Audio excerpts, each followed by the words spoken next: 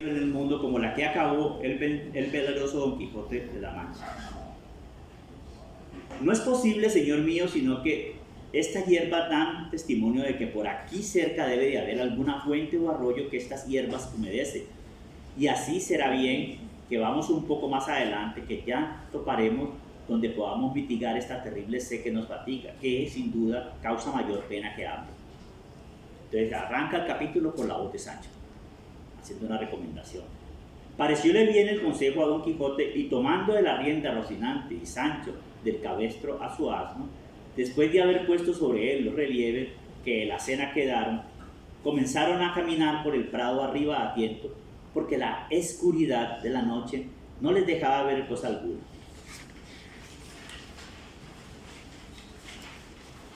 Mas no hubieron andado 200 pasos cuando llegó a sus oídos un grande ruido de agua, como de algunos grandes y levantados riscos que se despeñaban. Alegróles el ruido en gran manera, y parándose a escuchar hacia qué parte sonaba, oyeron a deshora otro estruendo que les aguó el contento del agua, especialmente a Sancho, que naturalmente era medroso y de poco ánimo. Digo que oyeron que daban unos golpes a compás, con un cierto crujir de hierros y cadenas, acompañados del furioso estruendo del agua, que pusieran pavor a cualquier otro corazón que no fuera el de Don Quijote. Era la noche, como se ha dicho, oscura, y ellos acertaron a entrar entre unos árboles altos, cuyas hojas, movidas del blando viento, hacían un temeroso y manso ruido, de manera que la soledad, el sitio, la oscuridad, el ruido del agua, con el susurro de las hojas, todo causaba horror y espanto, y más cuando vieron que ni los golpes cesaban, ni el viento dormía, ni la mañana llegaba, añadiéndose a todo esto el ignorar el lugar donde se hallaba.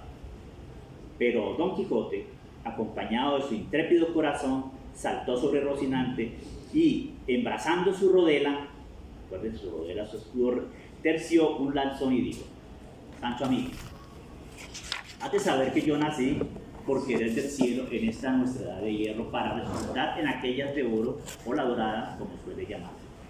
Yo soy aquel para quien están guardados los peligros, las grandes hazañas, los valerosos hechos. Yo soy, además un hombre que necesita mucho decir yo soy. Un psicoanalista podría jugar mucho allí. Cuando uno necesita decir mucho yo soy, algo pasa en lo que yo soy. Algo no soy. Yo soy, digo otra vez, quien ha de resucitar los de la tabla redonda, los 12 de Francia y los 9 de la fama, y el que ha de poner en olvido los platines, los tablantes, olivantes y tirantes, los feos y los de anís, con toda la caterva. ¿Se usa caterva todavía? Sí. Con toda la caterva de los famosos caballeros andantes del pasado tiempo, haciendo en este en que me hallo tales grandezas, extrañezas y pechos de armas que oscurezcan las más claras que ellos quisieron. Bien notas, escudero fiel y legal. Esto es muy interesante porque al final va a terminar no con este sentimiento con Sancho. Es la primera vez que Don Quijote va a perder esa especie de igualdad en la conversación que tenía Sancho. Y la va a perder al final de este capítulo, porque le va a salir el caballero, el don que es, y lo va a tener que renunciar capítulo más adelante para poder encontrar el interlocutor. Va a tener que perder. Eso va a suceder hacia el capítulo 25 luego. Fiel y legal, las tinieblas de esta noche, su extraño silencio, el sordo y confuso estruendo de estos árboles, el temeroso ruido de aquellas aguas en cuya busca venimos, que parece que se despeña y derrumba desde los altos montes de la luna, y aquel inaccesible golpear que nos hiere y lastima los oídos, los cuales cosas, todas juntas y cada una por sí, son bastantes a infundir miedo, temor y espanto en el pecho del mismo Marte, cuanto más en aquel que no está acostumbrado a semejantes acontecimientos y aventuras.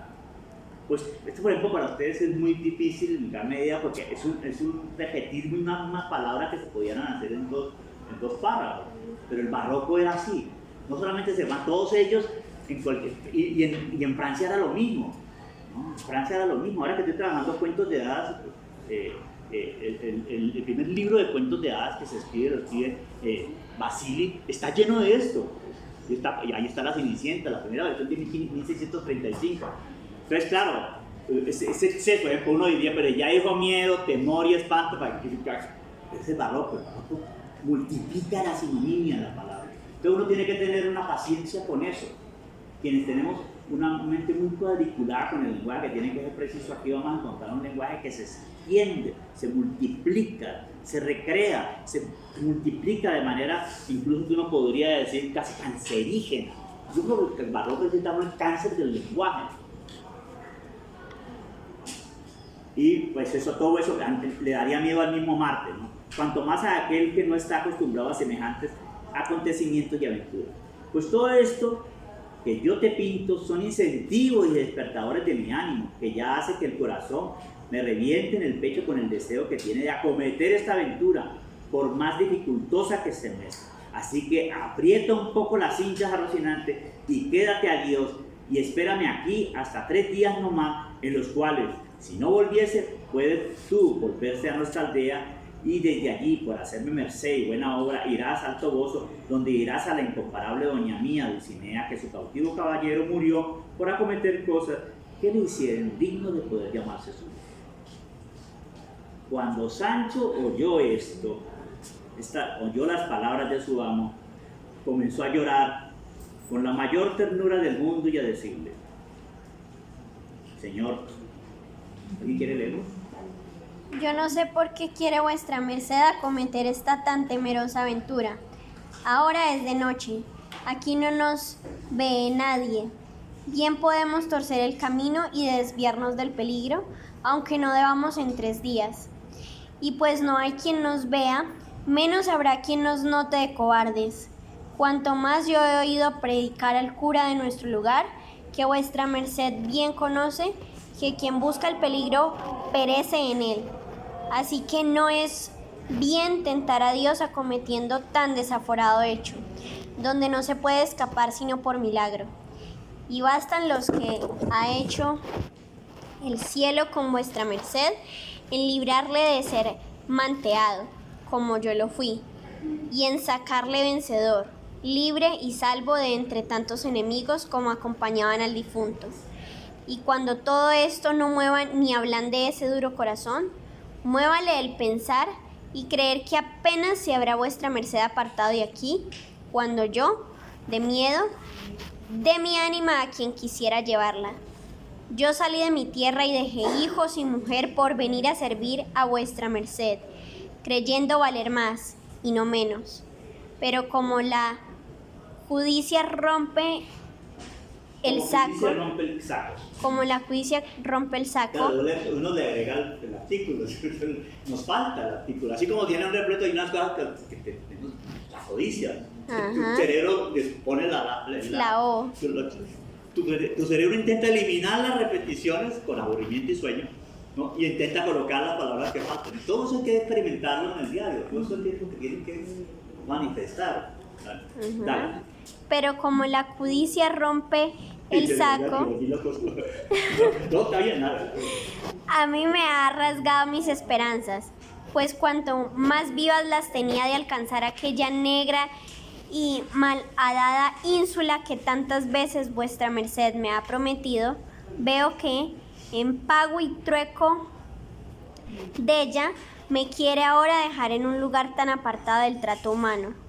Por un solo Dios, Señor mío, que non se me faga tal desaguisado. Y ya aquí la nota pie de página muestra, bueno, cada libro tiene pie de página, hay una pie de página larguísima para mostrarnos por qué él cree que son las 3 de la mañana. No vamos a meter en eso. Ellos saben muy bien como nuestros campesinos, ver las estrellas, la osa, eso lo saben muy bien. Pero cuando dice faga no es una cosa, faga es un aprendizaje del uso antiguo de la H, haga. Y la nota aquí dice... Por eso es que a veces dicen fermosura y todo. Ajá. Sí. Bueno, sigue, perdón. Que no me faga tal desaguisado, ¿vale? Y ya que del todo no quiera vuestra merced desistir de acometer este fecho, dilátelo, a lo menos hasta mañana, que a lo que a mí me muestra la ciencia que aprendí cuando era pastor, no debe de haber desde aquí al alba 3 horas porque la boca de la bocina está encima de la cabeza y hace la medianoche en la línea del brazo izquierdo. Debe ser las estrellas, son la osa menor, la boca de la osa menor. Esas son las guías de marineros. Hoy en día pues tienen muchos aparatos, yo no sé si ven eso, no lo ven, pero así siguió el mundo durante años, con esas estrellas, con eso. Entonces, una posición determinada implicaba 3 de la mañana, otra posición implicaba 1 de la mañana, qué sé yo. Entonces Sancho le está suplicando, no haga eso, no me deje aquí solo, mire que yo he hecho mucho por usted, por favor no me deje en esta soledad, mire, pero atiéndame, estoy lleno de terror. ¿Cómo puedes tú, Sancho, dijo Don Quijote, ver dónde hace esa línea? Ni dónde está esa boca o ese cocodrilo. Eso habla pues de que Don Quijote no tiene esa inteligencia que tiene Sancho, que fue pastor, ¿no? Que dice, si hace la noche tan oscura que no parece en todo el cielo estrella alguna. Sigue. Así es, dijo Sancho, pero tiene el miedo muchos ojos y ve las cosas debajo de tierra, cuanto más encima en el cielo, puesto que, por buen discurso, bien se puede entender que hay poco de aquí al día. Un Quijote que no le dice. Falta lo que faltare, respondió Don Quijote, que no sea decir por mí, ahora ni en mi tiempo, que lágrimas y ruegos me apartaron de hacer lo que debía a estilo de caballero. Y así te ruego, Sancho, que calles, que Dios te ha puesto en corazón de acometer ahora esta tan novicia y tan temerosa aventura, tendrá cuidado de mirar por mi salud y de consolar tu tristeza. Lo que has de hacer es apretar bien las cinchas a Rocinante y quedarte aquí, que yo daré la vuelta presto, o vivo o muerto. Viendo pues Sancho la última resolución, yo se va a ir a pelear y me va a dejar aquí. Sancho, la última resolución de su amo, y cuán poco valían en él sus lágrimas, consejos y ruegos, determinó de aprovecharse de su industria y hacerle esperar hasta el día, si pudiese. Y así, cuando apretaba las cinchas al caballo, bonitamente y sin ser sentido, ató con el cabestro de su asno ambos pies a Rocinante. De manera que, cuando Don Quijote se quiso partir, no pudo, porque el caballo no se podía mover sino a saltos. Viendo Sancho Panza el buen suceso de su embuste, dijo: Ea, Señor, que el cielo, conmovido de mis lágrimas y plegarias, ha ordenado que no se pueda mover Rocinante. Y si vos queréis porfiar y espolear, dalle, será enojar a la fortuna y dar coces, como dicen, contra el aguijón. Desesperábase con esto Don Quijote, y por más que ponía las piernas al caballo, menos le podía mover. Y sin caer en la cuenta de la ligadura, tuvo por bien de sosegarse y esperar, o a que amaneciese, o a que Rocinante se menease, creyendo sin duda que aquello venía de otra parte que de la industria de Sancho. Y así le dijo: ¿Tienes Quijote? Pues así es, Sancho, que Rocinante no puede moverse. Yo soy contento de esperar a que brille el alba, aunque yo llore lo que ella tardará en venir. Y tú, sigue tú. No hay que llorar, que yo entretendré a vuestra merced, contando cuentos desde aquí al día, si ya no es que se quiera apiar y echarse a dormir un poco sobre la verde hierba, a uso de caballeros andantes, para hallarse más descansado cuando llegue el día, y punto de acometer esta tan desemejable aventura que le espero. Bueno, desemejable no se usaba. Ya está creando lenguaje, está colocando prefijos. Está inventando prefijos. No está saliendo, se está entrando en la lógica verbal de la tercera. ¿Quién es Quijote? ¿A qué llamas apear o a qué dormir? Dijo Don Quijote. ¿Soy yo, por ventura, de aquellos caballeros que toman reposo en los peligros? Duerme tú, que naciste para dormir, o haz lo que quisieres, que yo haré lo que viere, que más viene con mi pretensión. Siga. Otra persona. No se enoje vuestra merced, señor mío, respondió Sancho, que no lo dije por tanto.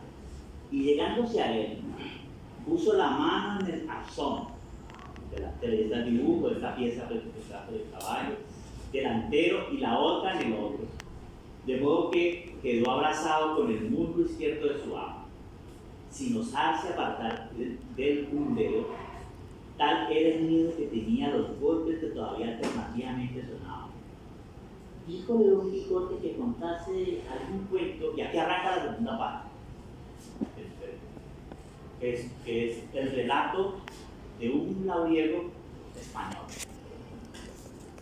Díjole Don Quijote que contase algún cuento para entretenerle, como se lo había prometido, a lo que Sancho dijo que sí hiciera, si le dejara el temor de lo que oía. Pero por todo eso yo me esforzaré en decir una historia, que si la acierto a contar y no me van a la mano, es la mejor de las historias. Y me vuestra merced atento, que ya comienza. Érase que se era el bien y viniese para todo sea, y el mal para quien lo fuere a buscar. Entrada popular, que es un cuento. Y advierta vuestra merced, señor mío, que el principio que los antiguos dieron a sus consejas no fue así como quiera, que fue una sentencia de Catón Sonsorino, repitiendo de manera vulgar palabras más supuestamente del militar romano, que dice: y el mal para quien le fuere a buscar, que viene aquí como anillo al dedo, para que vuestra merced se esté quedo y no vaya a buscar el mal a ninguna parte, sino que nos volvamos por otro camino, pues nadie nos fuerza que sigamos donde tantos miedos nos sobresaltan. Sí. Ahí está utilizando el mismo juego que Sherazade como para retardar o para que no ocurra algo. Sí, claro. Yo no estamos seguros de que Cervantes haya leído, las Biblias ya estaban traducidas al francés, y no hay ninguna certidumbre de que eso lo haya leído Cervantes. Pero lo que sí es cierto es que hay muchos conjuntos de relatos árabes en la que estuvieron 8 siglos y dejaron muchas antologías, cuentos de Calila y Digna, que incluso recogen algunos de la Biblia, de modo que esta lógica, digamos así, de contar para posponer una dificultad, en este caso Sancho, contar para posponer que este señor se vaya, a veces porque no llega a la luz del día y se va cuando llega a la luz del día, pues sí puede tener que ver, ¿no? Porque de todas maneras el relato árabe estuvo 8 siglos allí, en esa península. Y muchas cosas, por ejemplo, la técnica de la introducción del capítulo 9 es una técnica tomada del libro de caballería, pero es muy posible que sea tomada del caballería de trabajo. Es muy similar precisamente por lo que decía la compañera, porque en las 1000 noches y una noche siempre está como la interrupción para poder continuar la historia al día siguiente. Y también el hecho de que cruza historias, porque no termina de contar una historia para poder empezar con otra. Claro, eso que llamamos lo plurigenérico estaría en las 1000 y una noche. Pero está menos en el Calila y Digna, está menos allí. Ahora, no hay fuentes claras de si él conoció esa persona. Cervantes no sabía francés, eso no algo que él no maneja. Y todavía no ha sido traducido lo que él sabía, porque él aprendió florentino, el italiano, pues, que escribió, el florentino es el italiano que escribió Dante la Divina Comedia. Pero no sabemos. Pero la cultura árabe estuvo allí. Es que está tan cerca de los moros. Estuvo allí muchos siglos, ¿no? Yo creo que sí, se puede aventurar esa conjetura. Pero con todo eso yo me esforzaré en decir una historia, no vamos adelante, ¿cierto? Sigue tu cuento, Sancho. Entonces empieza el problema.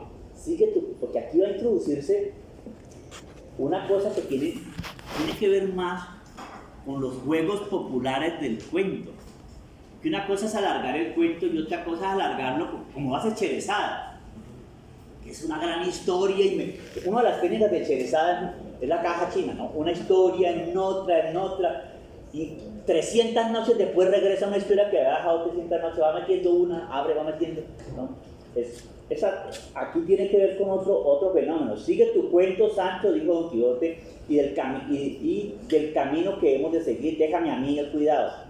Digo pues, respondió Sancho, que en un lugar de Extremadura había un pastor cabrerizo, quiero decir, que guardaba cabras, ¿no?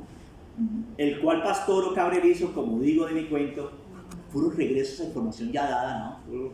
se llamaba López Ruiz, y este López Ruiz andaba enamorado de una pastora que se llamaba Torralba, la cual pastora, llamada Torralba, era hija de un ganadero rico, y este ganadero rico, ¿quién sigue aquí, Quijote? Si de esa manera cuenta su cuento, Sancho, dijo Quijote, repitiendo 2 veces lo que vas diciendo, no acabarás en 2 días. Dilo seguidamente, y cuéntalo como hombre de entendimiento. Y si no, no digas nada. De la misma manera que yo lo cuento, respondió Sancho, se cuentan en mi tierra todas las consejas, y yo no sé contarlo de otra manera. Ni es bien que vuestra merced me pida que haga usos nuevos. Aquí tenemos el encuentro entre un modo de narrar oral, laboriego, y un ilustrado letrado. Un ilustrado letrado. Ese es el choque de estos dos textos relatos. Algo similar pasa cuando él está hablando con los otros pastores, ¿no? Que empieza a corregir la forma de hablar de ellos. Sí, es que él es un Ángel Rama hizo un gran trabajo sobre el problema de la letra en la conquista americana, ¿no? El papel de la letra. Don Quijote es un hombre letrado. Puede ser pobre, un hidalgo venido a menos, un idealista, un mal amante, todo lo que ustedes quieran decirles. Sí, porque tiene un amante allí, nunca le dijo nada a todos. No, prefiere un amante y todo lo que ustedes quieran, pero es un hombre letrado. Este punto de Sancho es, un momentico, yo tengo un modo de narrar, o lo sigues o yo no sigo. Y va tomando allí autoridad en función de su modo de hacer el relato. Y como quiera, respondió Don Quijote, y pues la suerte quiere que no pueda dejar de escucharte, prosigue. Así que, señor mío de mi ánima, prosiguió Sancho, que como yo ya tengo dicho, este pastor andaba enamorado de Torralba la pastora, que era una moza rolliza, sahareña, y tiraba algo a hombruna, porque tenía unos pocos de bigotes que parece que ahora la ve.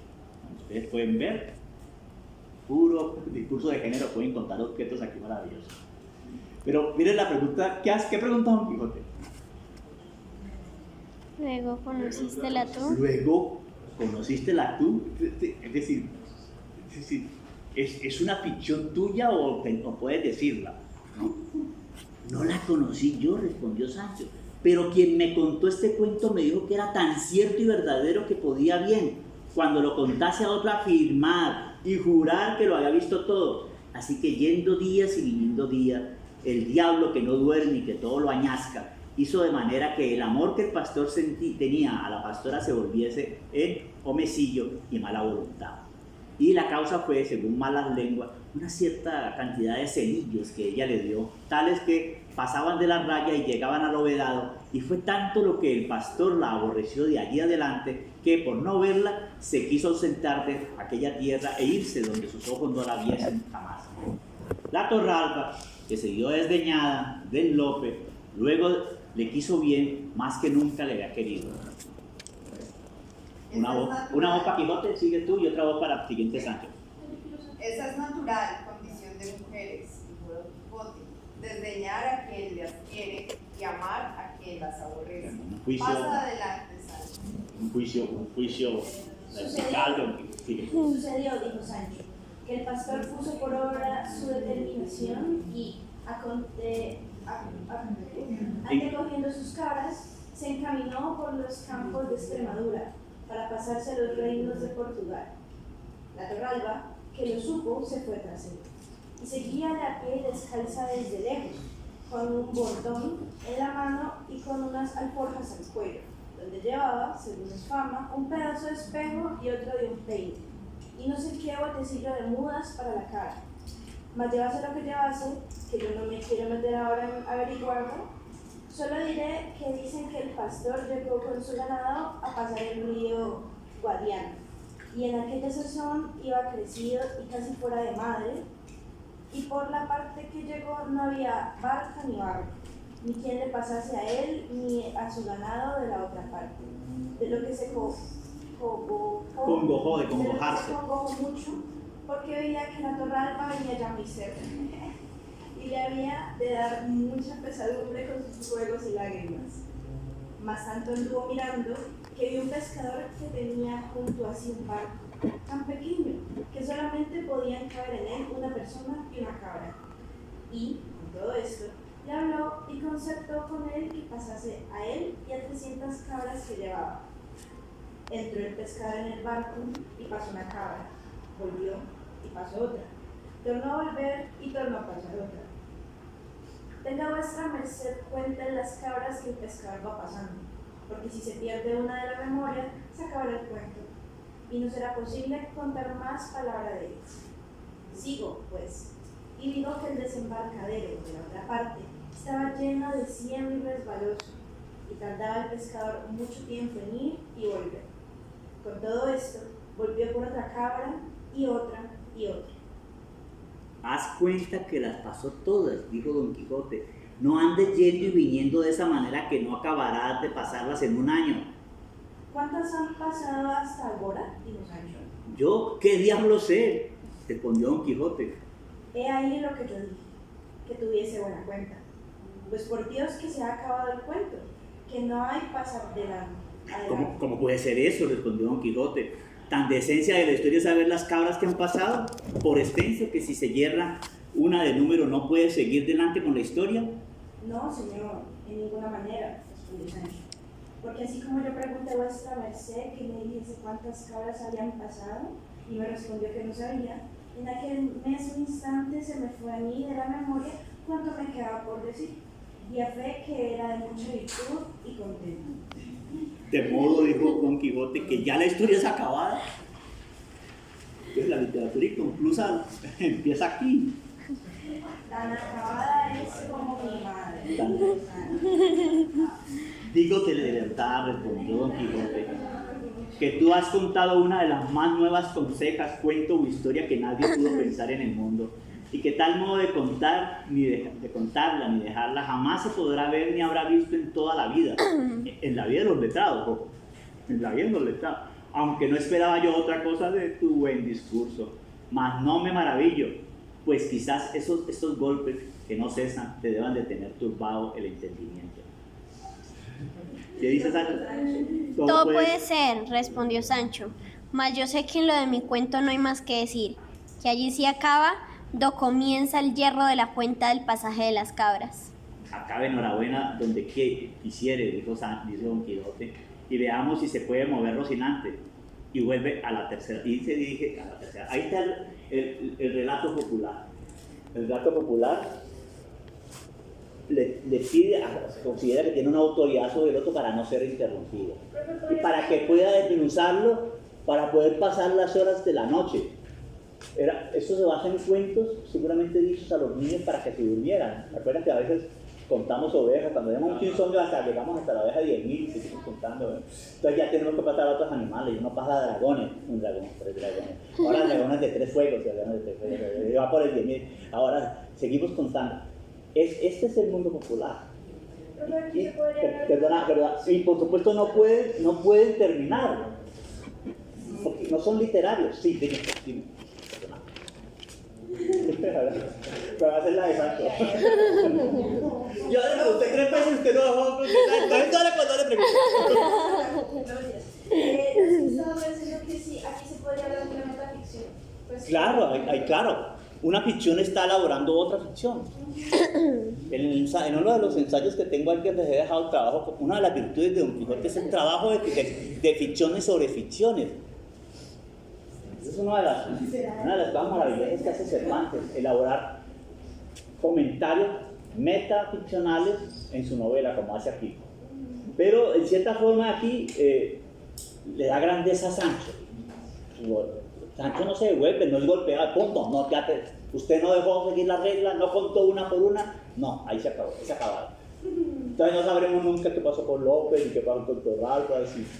No sabemos nada, nos deja la historia inconclusa, ¿no? Y regresa a la tercera parte que tiene que ver con el descubrimiento, ya amanece, ya llega la luz, ¿no? de si la fuente del miedo era tan valiosamente terrible como se imaginó Don Quijote y como tenía Sancho. Pero antes de eso pasa el coletazo que viene desde el capítulo 15, 16 y 18. En esto parece ser o que el frío de la mañana que ya venía, o que Sancho hubiese cenado alguna cosa lenitivas, es decir, laxantes, alguna cosa o que fuese cosa, es un tema que ya teníamos antes también, ¿no? El tema escatológico, o que fuese cosa natural, que es lo más que más se debe creer, a él le vino en voluntad y deseo de hacer lo que otro no pudiera hacer por él. Mas era tanto el miedo que había entrado en su corazón, que no osaba apartarse un negro de uña de su amo, pues pensar de no hacer lo que tenía ganas tampoco era posible, y así lo que hizo, por bien de paz, fue soltar la mano derecha que tenía asida al arzón trasero, con la cual bonitamente y sin rumor alguno se soltó la lazada corrediza con la que los calzones se sostenían, sin ayuda de otra alguna, y en quitándose la dieron luego abajo y se le quedaron como brillo. Tras esto sí sacó las nalgas, las tremendas nalgas de Sancho, o bueno, ustedes quieren algo más de ese, se sacó el culo. Y en quitándose dieron luego abajo y se le quedaron como brillo. Tras esto alzó la camisa lo mejor que pudo y echó al aire entrambas posaderas que no eran muy pequeñas. Hecho esto, que él pensó que era lo más que tenía que hacer para salir de aquel terrible aprieto y angustia, le sobrevino otra mayor, que fue que le pareció que no podía mudarse sin hacer estrépito y ruido, y comenzó a apretar los dientes y a encoger los hombros, recogiendo en sí el aliento todo cuanto podía. Pero con todas estas diligencias fue tan desdichado que al cabo vino a hacer un poco de ruido, bien diferente de aquel que a él le ponía tanto miedo. Oyólo Don Quijote y dijo: ¿Qué rumor es ese, Sancho? No sé, señor, respondió él. Alguna cosa nueva debe de ser, que las aventuras y desventuras nunca comienzan por poco. Tomó otra vez a probar ventura y sucedióle también que, sin más ruido ni alboroto que el pasado, se halló libre de la carga que tanta pesadumbre le había dado. Mas como Don Quijote tenía el sentido del olfato tan vivo como el de los oídos, y Sancho estaba tan junto y cosido con él por el miedo, que casi por línea recta subían los vapores hacia arriba, no se pudo excusar de que algunos se llegasen a sus narices, y apenas hubieron llegado, cuando él fue al socorro, apretándolas entre los dos dedos y con tono algo gangoso dijo: ¿Quién quiere hacer ese diálogo? ¿Quién hace de Sancho y quién de Quijote? Paréceme, Sancho, que tienes mucho miedo. Sí tengo, mas ¿en qué lo echa de ver vuestra merced ahora más que nunca? En que ahora más que nunca hueles y no amba. Bien podría ser, mas yo no tengo la culpa, sino vuestra merced que me trae a deshoras y por estos no acostumbrados pasos. Retírate 3 o 4 más allá, amigo, dijo Don Quijote, todo sin quitarse los dedos de las narices. Y desde aquí adelante ten más cuenta con tu persona y con lo que debes a la mía, que la mucha conversación que tengo contigo ha engendrado ese menosprecio. Apostaré que piensa vuestra merced que yo he hecho en mi persona alguna cosa que no debo. Peor es engañarlo, amigo Sancho, respondió Don Quijote. Bueno, y entonces aquí tenemos, antes de entrar, tenemos la parte escatológica, que les digo, también une estas experiencias de la noche, pero también tenemos una puesta de la libertad de Sancho ante el amo. No solamente aprende algunas palabras, no solamente impone su modo de narrar, porque yo narro distinto, sino que impone su cuerpo. Usted me trae aquí, yo me amarro porque tengo miedo, si yo me cago, el problema suyo, ¿para qué me trae aquí? Eso es un lío suyo, no mío, ¿no? Pero Don Quijote por primera vez siente que este señor no es un criado, no es un escudero, no se le debe. Eso va a crear, pues, lo que les digo, una pequeña separación de unos capítulos que va a pagar caro Don Quijote. En estos coloquios y estos semejantes pasaron la noche amo y mozo. Mas viendo Sancho que más andase venía a la mañana, con mucho tiempo desligó a Rocinante y se ató los calzones. Como Rocinante se vio libre, aunque él de suyo no era nada brioso, parece que se resistió y comenzó a dar manotadas, porque corbeta, hasta levantar pues las patas delanteras, ¿no? Con perdón suyo, no la sabía hacer. Viendo pues Don Quijote que ya Rocinante se movía, lo tuvo a buena señal y creyó que lo era de que acometiese aquella temerosa aventura. Acabó en esto de descubrirse el alba y de parecer distintamente las cosas, y vio Don Quijote que estaba entre unos árboles altos, que ellos eran castaños, que hacen la sombra muy escura. Sintió también que el golpear no cesaba, pero no vio quién lo podía causar, y así, sin más detenerse, hizo sentir las espuelas a Rocinante, y tornando a despedirse de Sancho, le mandó que allí le aguardase 3 días a lo más largo, como ya otra vez se lo había dicho, y que si al cabo de ellos no hubiese vuelto, tuviese por acierto que Dios había sido servido de que aquella peligrosa aventura se le acabase en sus días. Tornóle a referir el recado y embajada que había de llevar de su parte a su señora Dulcinea, y que en lo que tocaba a la paga de sus servicios no tuviera pena, porque él había dejado hecho un tercer testamento antes de que saliera de su lugar, donde se hallaría gratificado de todo lo tocante a su salario, rata por cantidad del tiempo que hubiese servido. Pero que si Dios le sacaba de aquel peligro sano y salvo y sin cautela, se podía tener por muy más que cierta la prometida inicio. De nuevo tornó a llorar Sancho, oyendo de nuevo las lastimeras razones de su buen señor, y determinó de no dejarle hasta el último tránsito y fin de aquel negocio. Bueno, entendemos que este señor se prepara para una gran batalla, está amarrado, y se viene pues la parte final, que es el descubrimiento. ¿Quién quiere seguir esta parte? De estas lágrimas y determinación tan honrada de Sancho Panza saca el autor de esta historia que debía de ser bien nacido y por lo menos cristiano viejo, cuyo sentimiento enterneció algo a su amo, pero no tanto que mostrase flaqueza alguna. Antes, disimulando lo mejor que pudo, comenzó a caminar hacia la parte por donde le pareció que el ruido del agua y del golpear venía. Seguía de Sancho a pie, llevando, como tenía de costumbre, del cabestro a su jumento, perpetuo compañero de sus prósperas y adversas fortunas, y habiendo andado una buena pieza por entre aquellos castaños y árboles sombríos, vieron en un pradecillo que al pie de unas altas peñas se hacía, de las cuales se precipitaba un grandísimo golpe de agua. Al pie de las peñas estaban unas casas mal hechas, que más parecían ruinas de edificios que casas, de entre las cuales advirtieron que salía el ruido y estruendo de aquel golpear que aún no cesaba. Otra voz, que aún no cesaba. Alborotóse Rocinante con el estruendo del agua y de los golpes, y sosegándole a Don Quijote se fue llegando poco a poco de las casas, encomendándose de todo corazón a su señora, suplicándole que en aquella temerosa jornada de empresa le favoreciese, y del camino se encomendaba también a Dios, que no le olvidase. No se le quitaba a Sancho del lado, el cual alargaba cuanto podía el cuello y la vista por entre las piernas de Rocinante, por ver si veía ya lo que tan suspenso y medroso le tenía. Otros 100 pasos serían los que anduvieron, cuando al doblar de una punta pareció descubierto y patente para ellos espantables ruidos, que tan suspensos y medrosos cada noche los había tenido. Y eran, si no vas, oh lector, porque sabe, ¿no? 6 mazos de batán que con sus alternativos golpes hacían estruendo formado. Bueno, entonces aquí está el batán, máquina ordinaria de unos mazos de madera muy gruesos que mueven una rueda con el agua, por el levanta y deja caer un cilindro provisto de alas salientes y movido por una rueda que a su vez se mueve por el agua.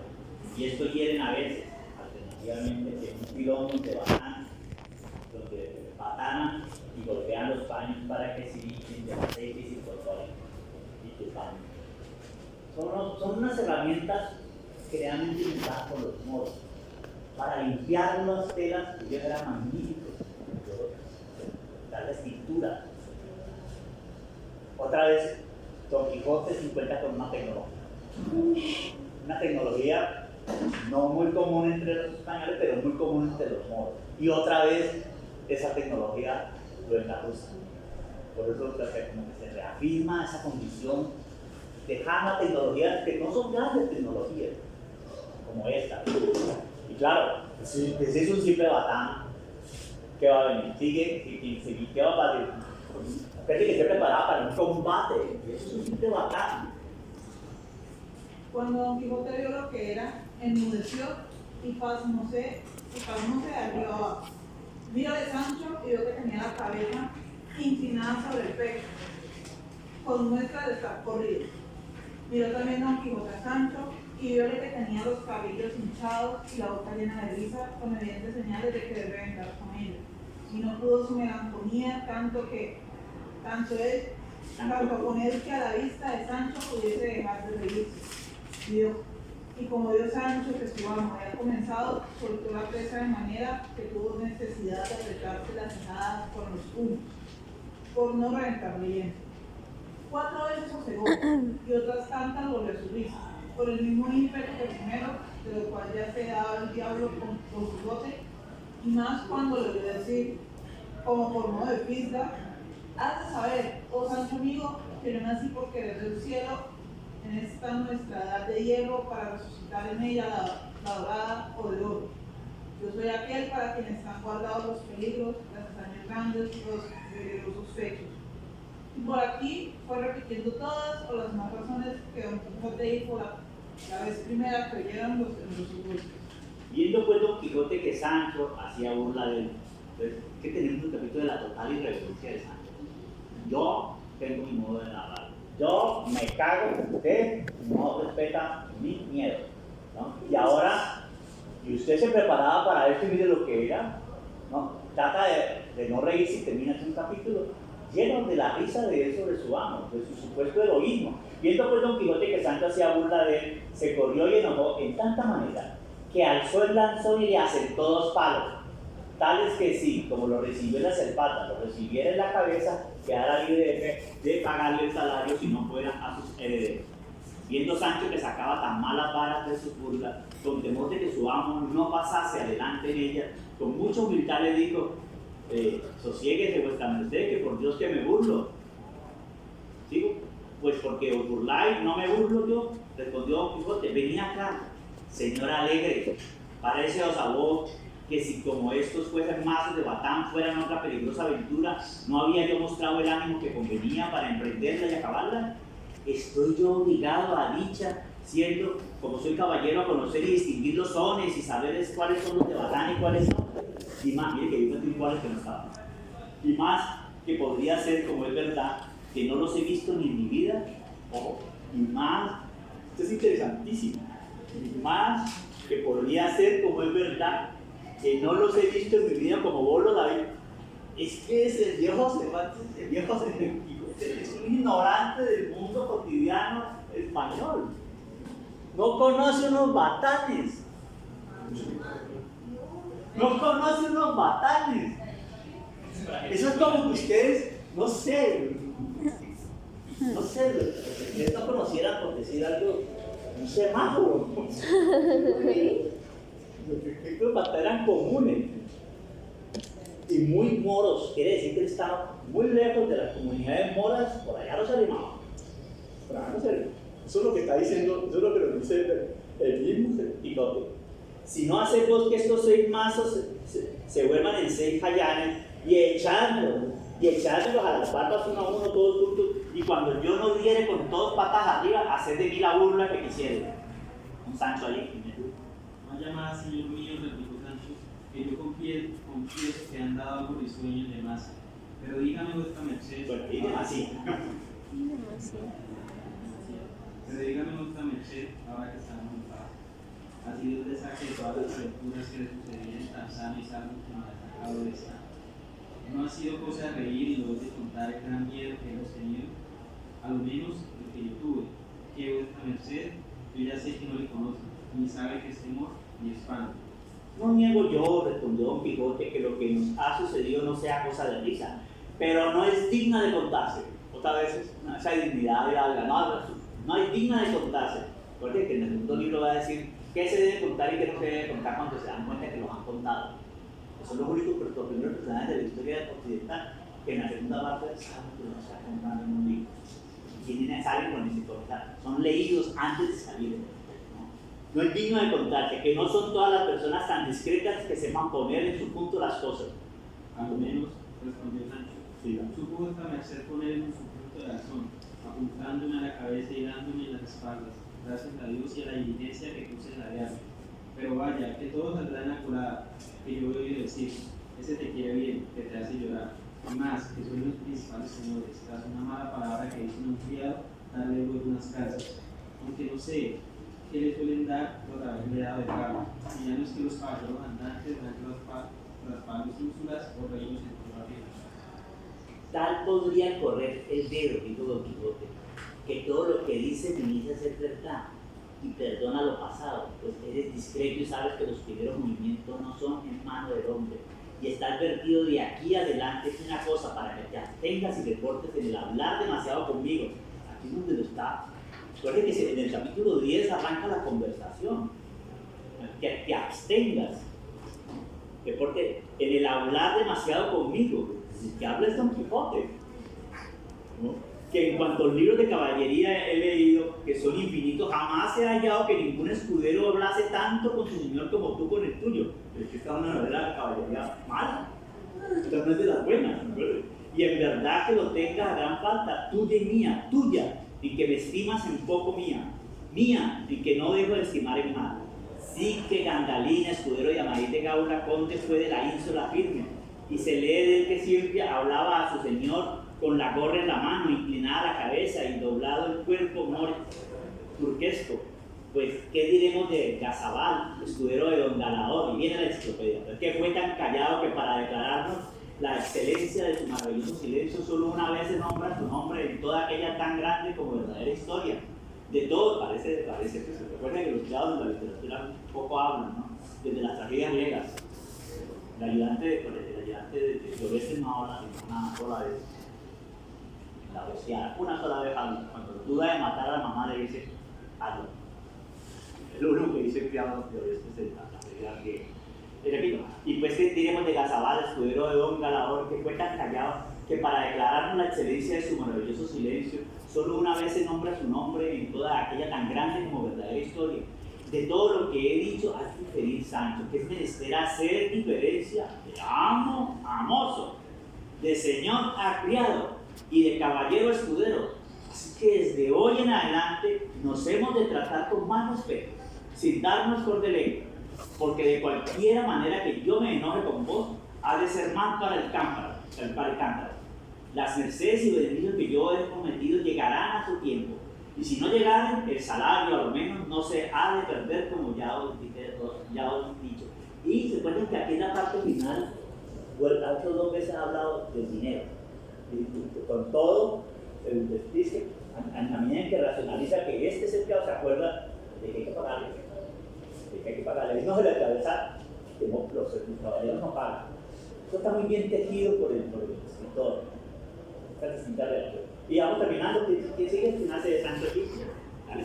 Está bien cuanto vuestra merced dice, dijo Sancho, pero querría yo saber, por si acaso no llegase el tiempo de las mercedes y fuese necesario acudir al de los salarios, ¿cuánto ganaba un escudero de un caballero andante en aquellos tiempos?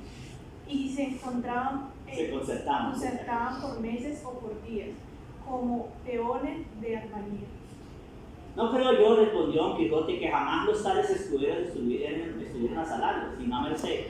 Y si yo ahora te he señalado a ti en el testamento cerrado que dejé en mi casa, fue por lo que podía suceder, que aún no sé cómo prueban en estos tan calamitosos tiempos nuestros de la caballería. Y no querría que por pocas cosas penase mi ánima en el otro mundo, porque quiero que sepas, Sancho, que en él no hay estado más peligroso que el de los aventureros.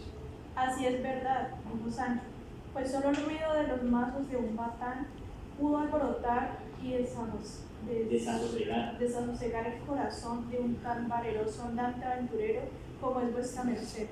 Más bien puede estar seguro de que aquí adelante no despliegue mis labios para hacer donaire de las cosas de vuestra merced, si no fuere para honrarle como a mi amo y señor natural. De esa manera, replicó Don Quijote, vivirá sobre la tierra, porque después de a los padres, a los amos, se ha de respetar como si lo fuera. Y ahí termina este capítulo que tiene estas 3 partes tan interesantes y que al final pareciera que Don Quijote quiere situar otra vez a este señor en un lugar de la no conversación. Esa tensión, vamos a ver cómo se maneja de aquí en adelante esa distancia, porque indudablemente que después de rebautizarlo vemos un crecimiento inmenso de Sancho y un tipo de cercanía muy fuerte que le implica 2 palazos fuertes en la espalda, y si le hubiera dado en la cabeza le hubiera tenido que dar los dineros, no a Sancho sino a su familia. Bueno, es el capítulo 20, está la teoría del relato popular de Cervantes, para que la recuerden.